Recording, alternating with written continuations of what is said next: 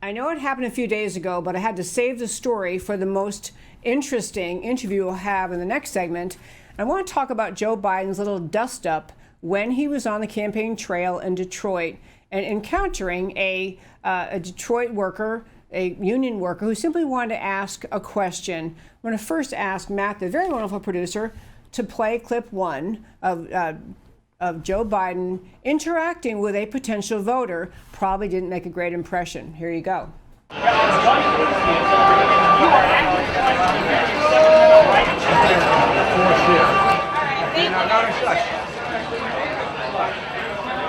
Support the Second Amendment, just like right now, if you yell fire, that's not free speech. From the very beginning, I have a shotgun, I have a 20 gauge, a 12 gauge, my son's hunt. Guess what? You're not allowed to own anyway. I'm not taking your gun away at all. You need 100 rounds? No. I did not say that. That's not true. I did not say that. It's a viral video like the other ones you're putting out there. They're saying they're live. Well, he just clarified it. Wait. Take your AR-14s and look at it. Hold on. Hey, let's get moving. There's a lot of guys wanting this. I'm not worried. Thank you so much. Okay, folks, I'm going to tell you, if that were a Republican who was in the middle of a campaign event blasting a potential voter who just wanted to ask him a question, of course, the media would still be talking about and leading every news story all day long with that story. Fortunately, that has been captured and the conservatives can share it. I'm going to hit a couple quick points about Joe Biden as your potential president. Number one, the fact is, his campaign has hired, a newly hired campaign manager, formerly Beto O'Rourke's campaign manager, who has openly advocated for taking away people's weapons. That's who he chose to hire. Secondly, there was a clip from when Joe Biden was speaking the day that all the other all the Democrats conceded, or virtually all of them except for Bernie, conceded, and got Beto O'Rourke up there, and Beto's rah-rahing. And Biden did have very specific language he used about how Beto was going to be in charge of his gun policy. And so I make those points to say Joe Biden didn't have the backbone to just be honest, to say, yeah, I might have a different view from you, stranger here in the Detroit auto plant. You know, I believe X, I believe this, I believe this. Joe Biden didn't have the moral courage to say what he believed in. He acted like a seventh grader who got into a fight in the locker room, and here are the kind of things he actually said to a voter. He said, "You are full of," the S word. Only he actually said it. He actually said to him, again, like a seventh grade boy in a locker room, "Don't tell me that, pal, or I'm going to go outside with you, man." Like he's threatening, "You want to take this outside?" Like a seventh grader. This is a man who would be your president.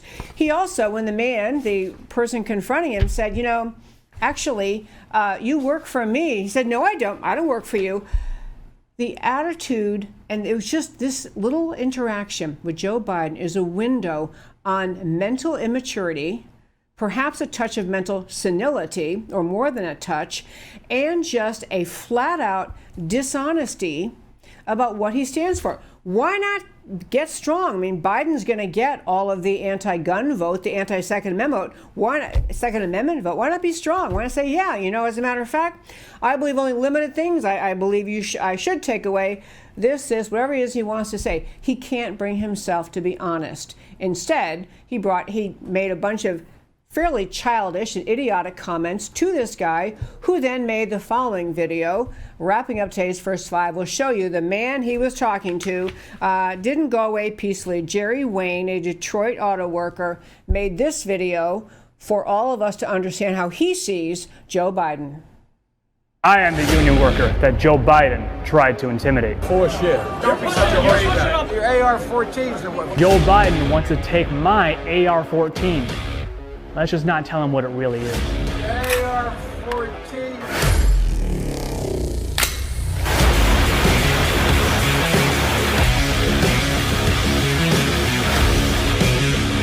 I got this the day after I talked to Joe. I'm sure that's not the result he was going for. My name is Jerry Wayne, and all I wanted to do is ask a presidential candidate a question. I didn't intend to start a fight. All I did was ask Joe how he was going to win over the union vote when he's planning on coming after our guns with Beto O'Rourke. Hell yes, we're gonna take your AR-15, your AK-47.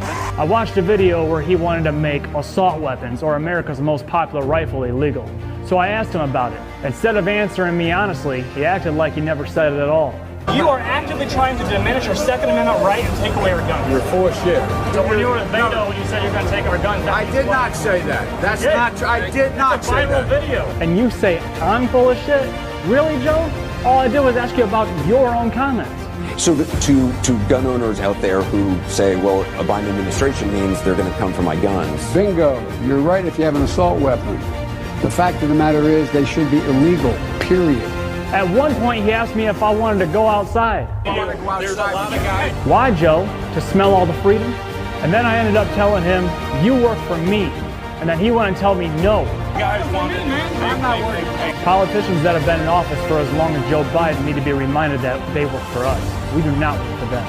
Americans should be able to ask candidates seeking the highest office what's going to happen to their rights. If they vote them into office, Joe Biden can call me all the names he wants. But it doesn't change the fact that he's on video promising to have Beto O'Rourke lead the effort on gun confiscation. You're going to take care of the gun problem with me. You're going to be the one that leads this effort. I'm counting on you. I think Biden made a huge miscalculation when he threatened to strip us Americans of our gun rights. The Second Amendment was put in place to protect us from a tyrannical government. I have a message for the gun-grabbing politicians. Your belligerent behavior has no place in government. And you will never, I mean never, touch our guns.